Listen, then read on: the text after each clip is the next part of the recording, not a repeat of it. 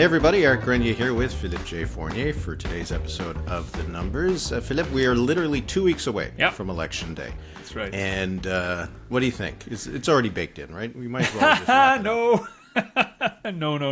No. 2 weeks and 2 debates left. We had the Tout, monde, parle yesterday. We'll talk about that a bit. Mm-hmm. It was not, so memorable. It was good, but it was not memorable. But no, we have some polling divergence to speak of this morning, and we'll go through our projections. And what about you, Eric? How are you? How do you feel? Are you overwhelmed? Are you underwhelmed? Are you how are you feeling right now? No, I'm feeling whelmed. You're I'm feeling very much perfectly whelmed as we get into this. So no, it's been interesting to see. And you mentioned that we had some polling divergences, and it's kind of funny. We see lots of individual movement in the polls, and then both of our averages just keep on going straight. Making some news, I suppose, in the polling world today was the new Main Street research poll. It gave 44% for the Conservatives, 42% for the Liberals. It is the first poll conducted in April to show the Conservatives leading the Liberals, even if it is by 2 points. But then we also got a 7-point lead from Nanos. 6-point lead from Liaison, done on the exact same days. And then we also had an MQO poll that came out, 9-point lead. We have an Ipsos poll that came out, 6-point lead, and Abacus 4 points. What do you make of it? Also Palace data, same field dates. The field date was on Saturday. Its play will be there this afternoon. It's +8 for the Liberals. All right. So one thing is not like the other, and which happens. It's not the end of the world. It's not what's the word I'm looking for? It's not a controversy yet. It's a divergence. It depends what happens next, because you can have, when you have a rolling poll, I think Main Street does about 400 cases a day. You will get the odd ones, the Liberals too high, the Conservatives too high, vice versa. But if it is a blip, it shouldn't last.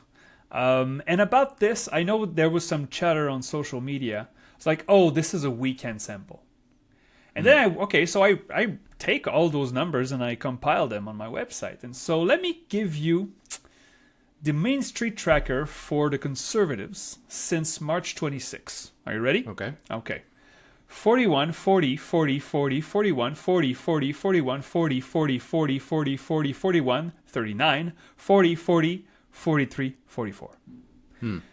So I had not noticed, there's so much data coming in, that the Conservative number had been so stable.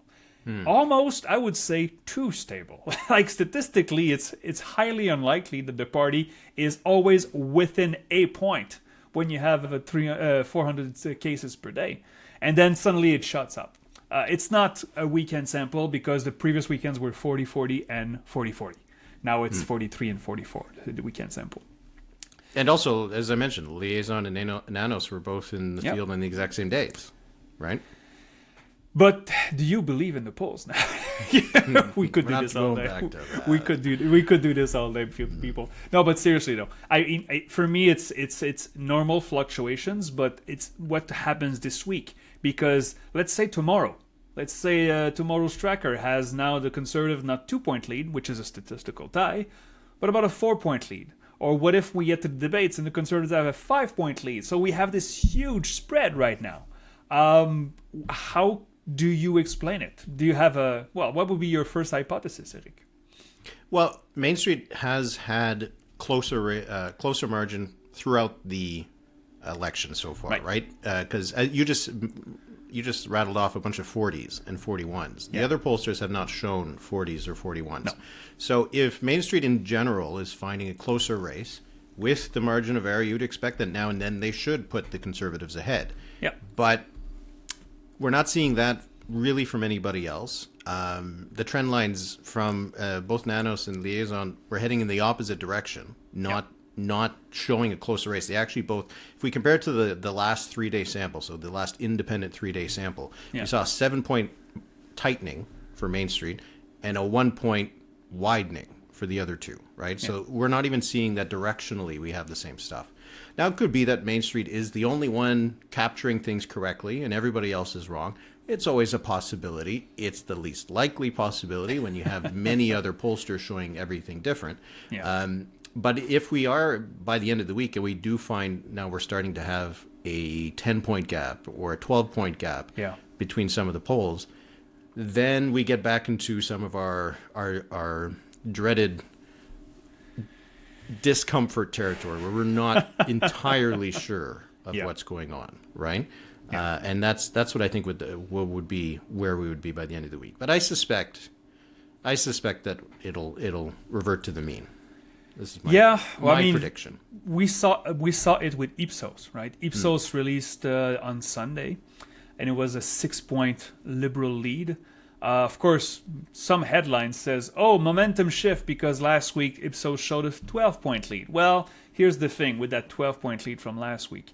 Nobody outside of Ecos saw such a big lead. We call that regression to the mean. Basically, the gap was too wide last week, and now it's reverting to very close to the averages. I mean, what's your average right now this morning, Eric? This morning, I have 44 for the Liberals, 38 for the Conservatives. Oh, how dare you! I have 43, 38. So okay, so we're close, and I think it's actually 44.3, but I round. So no other pollster right now has the Conservatives, I don't want to say in the lead, but not even touching 40%. Nanos has 38, Liaison has 38, MQ at 35, Ipsos at 36, Abacus at 38. I'm just going down the list. And we're, of course, patiently waiting for Léger and the Angus Street Institute. And Jean-Marc Léger himself on social media said he would release a large sample on Wednesday in the National Post and Journal de Montréal. So 3,000 some sub-regional breaks. Yes. Absolutely. Looking forward to that. So, And what you said about Ipsos, I think, is interesting, too, because I think you could actually look at that period when Ipsos was last in the field. Nanos also that's when they had started to get to that 11-point gap. So it does seem to me like it's possible that some of the early days in April were among the best ones for the Liberals, right? So the Liberals have come down, I think, from that. I think we are in a tighter race than maybe we were a bit earlier. Yeah. But it's hard to know exactly what it is because Ontario is looking wider and wider. Well, it's not really tightening. Yeah. Even in some of the polls where some of the things are a bit closer, the gap in Ontario is often still 10 points. In my average, it's an 11-point gap for the Liberals. And that's just a crushing one. We've seen a tightening, I think, in BC. Yeah. And we've seen that the Conservatives have kind of rebounded from some lows in Alberta and the prairies. And maybe it's a bit closer in Atlantic Canada. But Ontario is not getting closer. No. And that would seem to me to be the most important results, that if those kinds of numbers hold, you have a 10-point, 11-point lead for the Liberals in Ontario.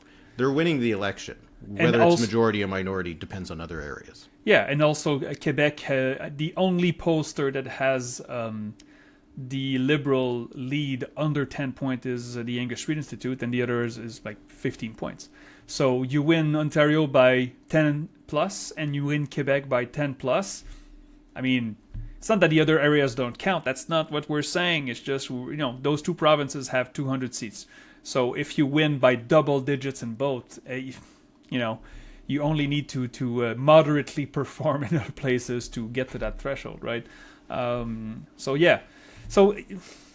the discomfort. I mean, Nanos this morning plus 15 in Ontario, 52.37, 52% for the Liberals in Ontario. When was the last time? It was Jérôme Chrétien, right? Yeah, it was that's a long time ago, and that was a lot of seats. Go see that map in 2000. I know there were two Conservative parties, but still, when you get 50% in a province that has more than 100 seats, you're going to win many of them and even close races. So those that you don't expect. So we'll see about Main Street. I'll say, of course, the details of the Main Street poll are paywalled. And Eric and I, we respect the paywall. We will not tell the numbers publicly. If you want to see them, it's a small price to pay. But I'll say this, though. Look at those regionals from Main Street. That's still a Liberal win. Even if they lose Yeah. the popular vote by 2 points in there, the Conservatives are running up the scores in the prairies, and there's Liberals are leading everywhere else. And just to point out, Main Street does put its seat projection in front of the paywall, and they, with their own numbers, are still putting the Liberals in a position to win a majority, right? So even in that scenario where the Conservative lead is bigger than it was in 2019 and 2021, Main Street is finding from its own regional numbers that it still produces a Liberal majority, which would be astounding if the Liberals lose the popular vote again and still manage to win a majority government. Well, yeah. I mean, it could make Pierre Poilievre a big supporter of proportional representation, I think. Well, he would be at the front of that parade. That's a debate for another day. Don't get our members too excited about this. But also Main Street has the NDP really low. We know the NDP took a hit in popular support, but we're starting to see like 9s and 10s and 11s, and Main Street still has them at 6. And also the Bloc Québécois, I mean, again, the Bloc, I don't want to divulge paywall numbers, but the Bloc is really low. It's in the teens.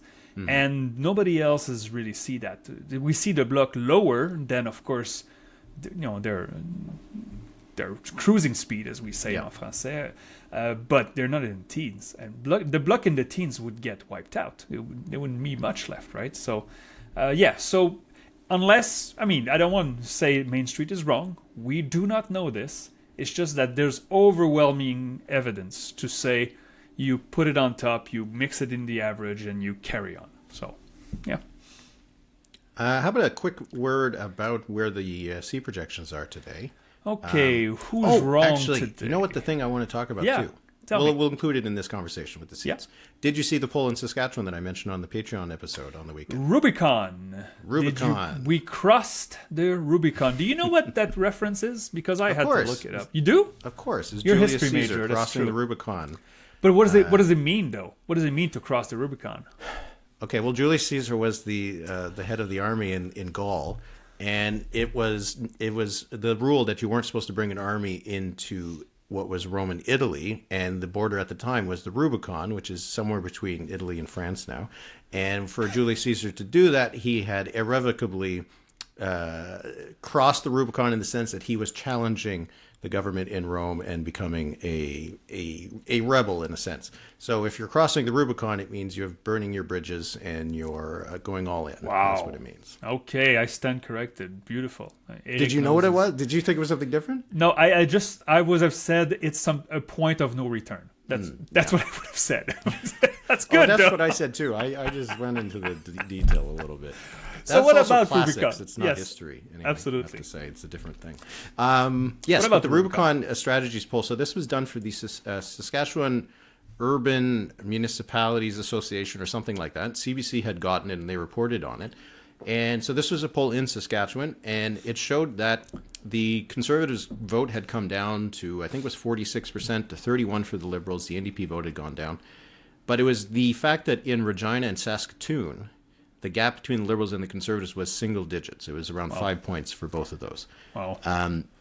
So that, in a way, it kind of corroborated that liaison poll we saw earlier in the campaign. Yep. Showed a similar tight race in Saskatoon. So as we talk about our projections here, are there going to be some surprises in those kinds of areas where, maybe the Liberals underperform in Calgary and Edmonton, but then suddenly win a seat in Saskatoon and Regina?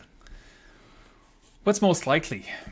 I think thing is, you saw the redistribution, right? Saskatoon now really has 3 urban-suburban ridings. It doesn't stretch into the farmland as it used to. So, of course, in theory, this could help a little bit the Liberals. So there are 3 Saskatoon seats. It's entirely possible that the Conservatives sweep them by 5 points each with those numbers. Yeah. But you could also see maybe an upset.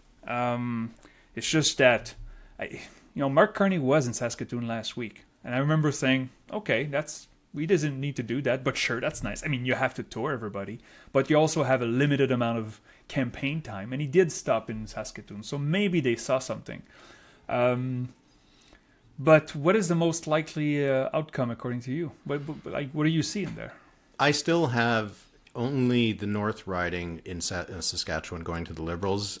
Still have Saskatoon being a Conservative sweep, and Regina. I have Regina Wascana as a toss-up.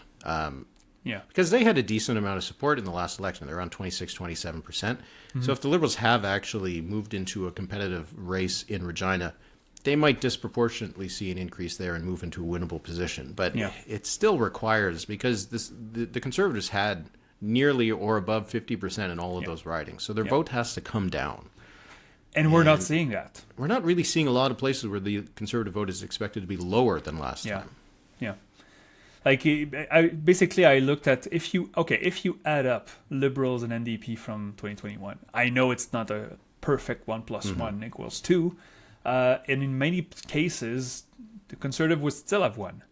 And the PPC had a few votes in there. So perhaps I know we don't, the PPC is not polling at 5% anymore. They may get 2.5%. So if the Conservatives pick up those, I know it's a small proportion, but still, every vote will matter in those closer races. Yeah, so I think we're on the same wavelength here. More competitive, but that's not enough.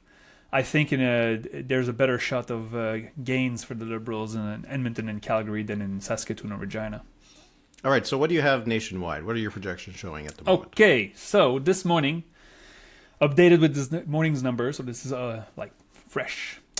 I have 190 seats for the Liberals. 190? 190. Ooh. What do you have? I have 198. Oh.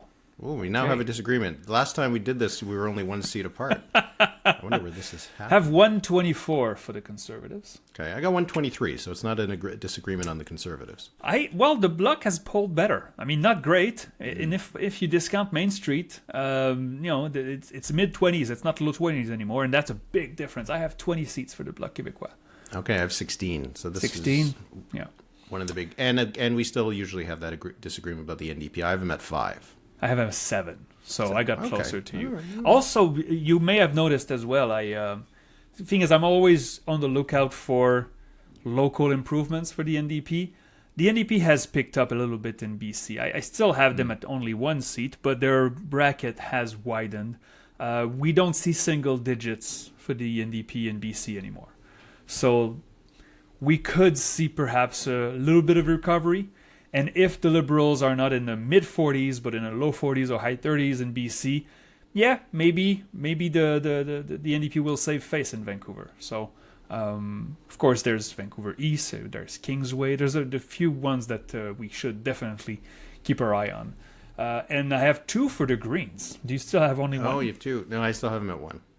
Kitchener Center? Yes, it's Kitchener Center. But I have Sanish Gulf Islands as a toss. So I have them at 1 to 2. Or actually, I have them at 0 to 2 right now. I just saw that. I have them at 0 to 3. Nanaimo, Lady Smith is Nanaimo? A maybe. I don't think they're not favorite. They're not favorite. But I don't have them high enough in BC. Now, it's possible there could be a little bit of a local factor there. But I'm also expecting that the Greens and the PPC are going to underperform the polls because they're missing too many candidates.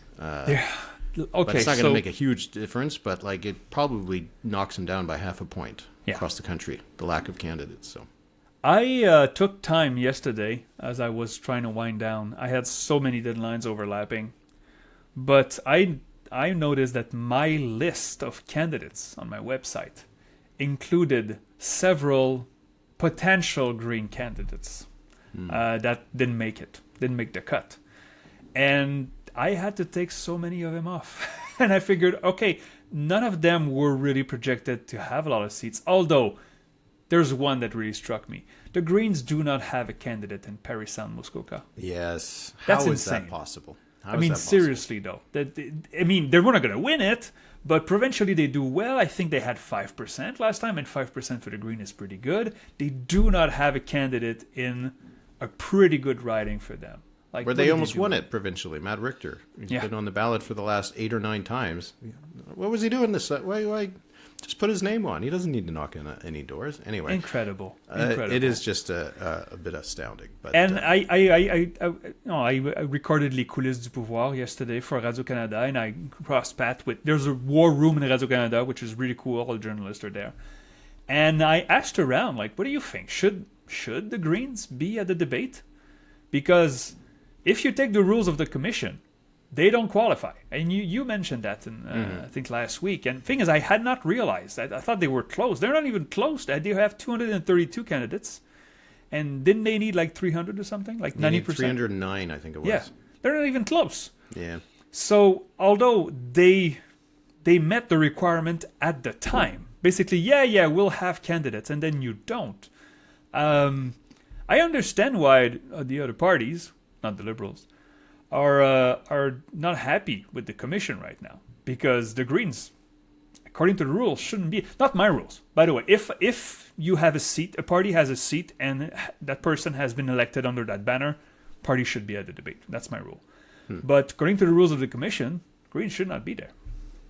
Well, if the numbers ever has a debate, we'll have to settle some rules. I'm not sure if I'd agree on that threshold. But, what would be your what my threshold, rules? My criteria would be? Tell the me. Ones that the actual commission set and should have followed. I know that technically the rules said you had to endorse candidates, which meant that you had someone there, but not necessarily be nominated. But clearly, the spirit of the rule was that they should be nominated. I thought the debate commission had 3 good criteria, and you had to meet 2 of them. And they should have just followed their own rules. Once again, the debate commission has had a problem in an election. It'd be nice if they had one clean election. They're 3 for 3 now. Yeah. They're 0 for 3. Yeah. Oh yeah. So you would keep the same rules, but you would say your nominees have to be actually nominated. Well, also, I don't understand. Like, we're getting off on a tangent here, but I don't understand how difficult it is to take a podium off the stage and then redistribute those times. Like, it's not going to end the world to change up things in the debate schedule of what was programmed.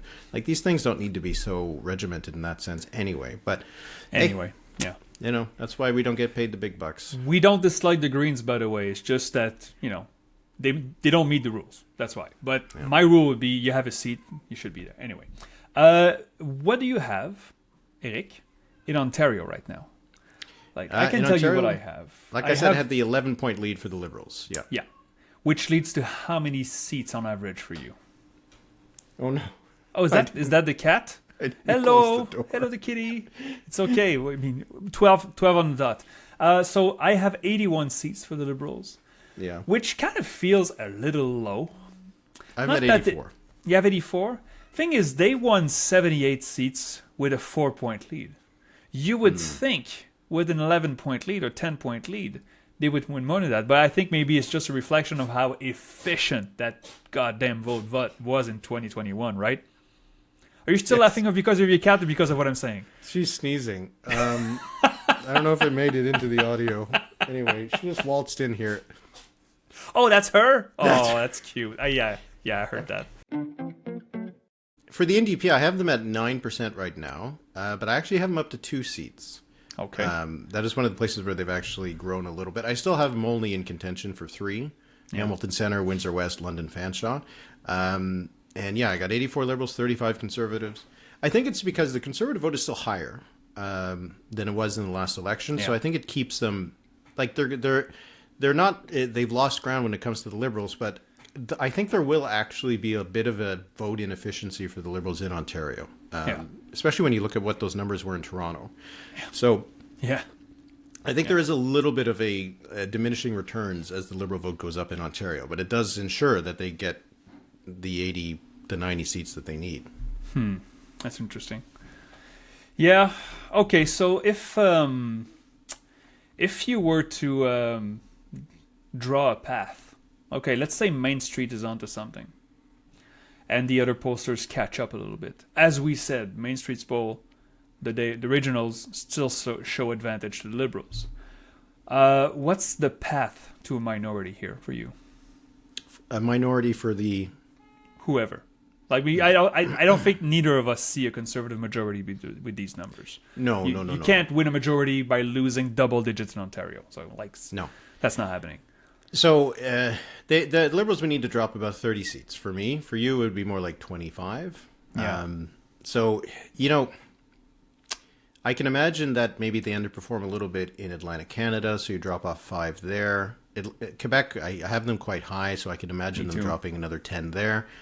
I could see in BC overperforming and or underperforming the polls, and you have another 5 there, and then Ontario. So I don't. It's not as clean cut as it looks, I think, which is why I think the debates later this week will matter, because if things move around a bit, I don't think it'll take much to drop the Liberals down into the 170 seat range. Oh yeah, absolutely. To get the Conservatives up to 150, 160. You look at these numbers, it needs to be Ontario. There's just really no other path to it. I mean, they can recover somewhat in BC, but they have a ceiling there as well. Yes, they can knock off a few more in Calgary and Edmonton than expected. That's still only a handful. And in Atlantic Canada, I mean, some of the polls still have the Liberals sometimes over at 60%. Like, it just doesn't seem like it's happening. So if it doesn't happen in Ontario, it doesn't happen for Pierre Poilievre. So I have 19 seats in BC for the Conservatives. I could see them going up to 24, 25. In Alberta, right now I have 7 seats for the Liberals, and that feels high. So if the Liberals only win 3, so let's say that's 10 seats, maybe 2-3 more in Quebec, maybe 2-3 more in Atlantic Canada. We're up to 15. Yeah, I mean, I know Westerners will go nuts, but you need to do better in Ontario. The classic Toronto 905, that's a lot of seats, and if they start winning Bramptons and Auroras and the Markhams, okay, now we're talking. Maybe Ontario is not 80-40, perhaps it is 65-55, and then suddenly, okay, then we have a national race. But right now, that's not what we're seeing. So, yeah. Okay, how about we finish with a little bit of a chat about Quebec and also what happened last night on Tout, monde, parle. Okay. So, Pierre Poilievre was first. He was really good. He was smiley. He laughed at the jokes. He didn't do any missteps. He felt very comfortable, which I kind of expected him to be. His French is really good, right? His French is flawless. I mean, he misses... He makes normal misses for an Anglo. He doesn't make like outrageous misses. And then Carney arrived. Carney's French was better than many expected, including myself. But this is not a guy who will, make you go to the edge of your seat. He is boring, and he speaks very slowly, and so sometimes it's a little tedious to listen to. So I'm not gonna. So, but Carney was also fine, and I think it ended well for Carney. As boring as it might have been. He was asked by the co-host what group of comedians did the host of this show participate in. And of course, Guy Lepage was part of Rock et Belles Oreilles for about 30 years, right? And Carney knew it. And he said, Rock et Belles Oreilles. It's like, and the crowd erupted. Because when he asked that, I'm sure, oh my God. It's a group of comedians that was mostly active in the 80s and 90s. So I would have forgive him to not know that. But it would have looked really bad. And it was the last question of the interview. So I don't think there's much to take away. It was much riskier for Carney than it was for Poilievre. And I think he had a passing grade. So. Yeah, I'd agree with that. I was expecting actually that the Guy Lepage might have been a little bit harder on both of them than he actually was in the end. This was the first time Poilievre had been on that stage, so it was. I was curious to see how that was going to go. And like you said, he actually did pretty well, I thought. Yep. He seemed far more softer and human than you usually see from him, which is usually the case in French. Yeah. He is less abrasive in French than in English. And I remember seeing that even before the 2020 Conservative leadership race. There was this brief period when he was in the running to potentially run. And in the end, it was Aaron O'Toole and Peter MacKay that ran. But I remember him doing the rounds in French, doing interviews and stuff. And he was presenting himself as a much more of a moderate conservative at the time in French. So I noticed that he's been like that actually since the last 5 years. But yeah, I thought he did pretty well. I'm not sure if the two were very different. Poilievre he had lots more of the detail of his policy, which unless it specifically affected you, might have gotten a bit in the weeds, to be honest. like saving money on a purchase of a new home and stuff like that. Like if you're not in the market for it, it was a kind of like a portion of the interview that might have, your eyes glazed over. And then Carney's was much more higher level, broad, right? In part because of the linguistic issues. Like he didn't want to go into too much detail. So you had two very different kinds of styles. And if Quebecers were looking to get to know Poilievre a bit better, I think that he achieved that. If Carney was trying to portray himself as having the gravitas of a prime minister, I think he also kind of achieved that too. Yeah. So, like everybody talks about how Jack Layton in 2011 on Tout, monde, parle, that launched him. I don't know if people knew that night when they saw it, right? Well, the polls had already begun to show a little bit of a rise, but nobody took it seriously. Yeah, but I'm just wondering if we would know it if we saw it. I didn't see anything that looked like it was going to change everything. And it just reminded me of the fact that Jagmeet Singh had been on the week before, and I didn't hear anything about it. No. And I'm wondering if it's just it's going to be the same thing with this one, that it just kind of was a bit of a non-event in the end. And I wonder if that is setting us up for what the debates are going to be like. We'll see. Maybe. Next week, next Sunday, it's Blanchet and Penneau will be there. So it'll be that's going to mix it up. Yep. Do you want to go just to the writing, or do you want to keep writing of the day? Quebec? I have one right here. All right. So my writing of the day is, I'm going to mispronounce this, Bowmanville, Oshawa North. This is the eastern edge of the GTA. A new writing because Durham was completely butchered in the redistribution. And Jamil Giovanni, who came after... Succeeded? Sorry, I'm tired. Came after Erin O'Toole in correct. Durham. Right? So I still have this as a conservative lean.